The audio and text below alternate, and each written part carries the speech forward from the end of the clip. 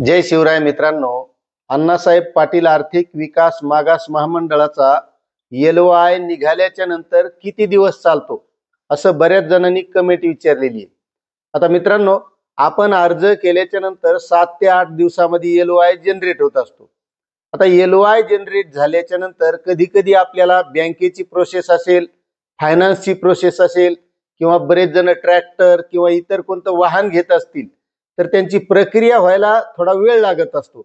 आणि अशा वेळेस जर 3 महिन्यापेक्षा जास्त काळ या गोष्टीसाठी लागला तर आपला LOI हा आपल्याला पुन्हा रिजनरेट करावा लागतो, म्हणजे रिन्युअल करावा लागतो, कारण त्याची मर्यादा ही 3 महिन्यापर्यंतच आहे। मात्र 3 महिन्याच्या नंतर आपण एक त्याला मोजकी फी आहे, ती फी भरल्याच्या नंतर तो रिन्युअल केल्याच्या नंतर आपल्याला पुन्हा 3 महिन्यापर्यंत जर ही प्रक्रिया लांबली असेल तर पुन्हा एकदा तोच LOI वापरता येतो।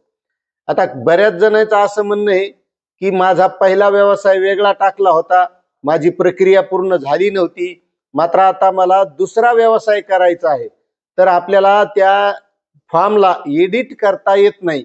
मग आता आपल्याला जर व्यवसायाचं नाव बदलायचं असेल किंवा व्यवसायच बदलायचा असेल, दुसरा व्यवसाय करायचा असेल तर अण्णासाहेब पाटील आर्थिक विकास मागास महामंडळाच्या वेबसाईटवर आपल्याला ग्राहक तिकीट म्हणून एक ऑप्शन आहे। या ग्राहक तिकीटला क्लिक करून मग आपला जो काही युजर आयडी असेल तो युजर आयडी टाकून, पासवर्ड टाकून, OTP घेऊन आपल्याला तिथं तिकीट जनरेट करावं लागतं। आणि तिकीट जनरेट केल्याच्या नंतर आपली जी काही अडचण असेल त्याप्रमाणे तिथं ऑप्शन येतात, त्या ऑप्शन निवडायचे। तुम्हाला जमलं तर करून बघा, नसेल तर कमेंट करा, आपण त्याबाबतचा सुद्धा एक स्पेशल व्हिडिओ तयार करू। आता तुम्ही त्या पद्धतीने सर्व एडिट जे ऑप्शन आहेत ते घ्यायचे आणि खाली एक लिहायला कॉलम आहे, त्यामध्ये तुमची जी काय अडचण असेल, तुम्हाला व्यवसायाचं नाव बदलायचं तर तिथं व्यवसायाची बद्दलची माहिती टाकायची, तुमचं एखादं कागदपत्र चुकलं असेल ते तुम्हाला पुन्हा एकदा रिअपलोड करायचं असेल तर त्याची माहिती तुम्ही तिथं लिहायची।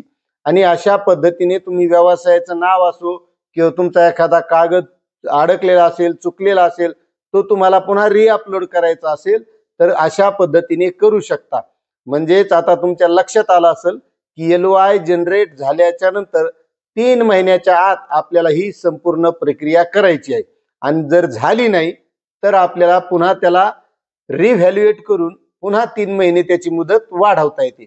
आता तुम्हाला ही माहिती कशी वाटली नक्कीच कमेंट करा आणि चॅनलवर नवीन असाल तर सबस्क्राईब करा। धन्यवाद।